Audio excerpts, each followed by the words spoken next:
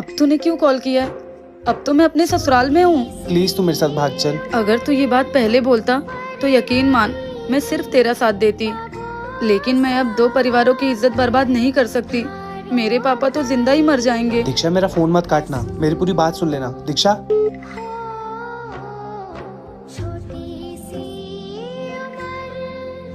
भाभी कुछ चाहिए था किचन से?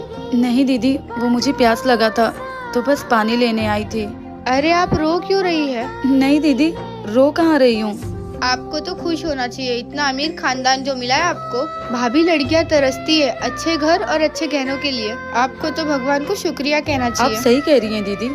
कभी कभी लड़कियों के उसकी मनपसंद के गहने घर तो जरूर मिल जाते हैं, लेकिन जिसके साथ उसको पूरी जिंदगी बितानी है वही उसकी मनपसंद का नहीं मिल पाता है। खैर, हम लड़कियां हैं, हमारे नसीब में ऐसा ही होता है। क्या मैंने सच कहा? हमारे साथ ऐसा ही होता है।